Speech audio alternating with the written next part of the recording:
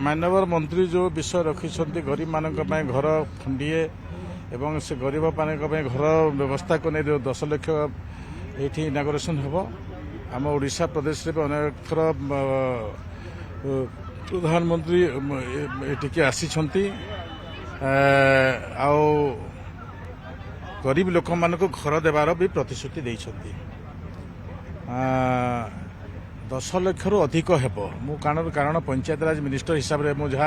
अनुमान करुच्छी आमे नुआ सेंसस हो पारि नुआ सेंसस हेले अधिक लोक पाई पारिबे एवं अधिक गोटे आंकड़ा दे थांते किंतु आगामी दिन में 2 कोटी जनसाधारण भारत वर्षर घर पाइबे आरंभ है एठी 2टा डिक्लेयर हेब जो 10 लाख डिक्लेयर हेब आउ डिक्लेयर हेब जे आगामी दिन योजना कौन रहिबो जे को भाव हिताधिकारी चयन करा जिवो से हिताधिकारी चयन करिवार प्रक्रिया भी सिद्धांत हेब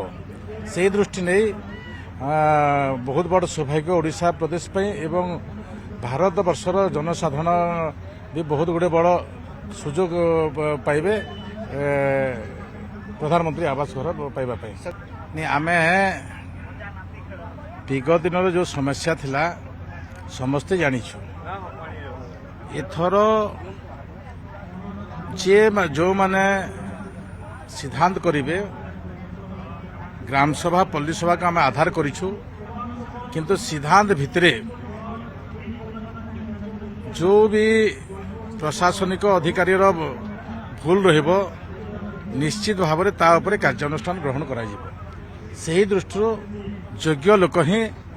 घर पाई पारिबे ए प्रकार विश्वास रखंतु एटा मु कहिबा पाई जाय।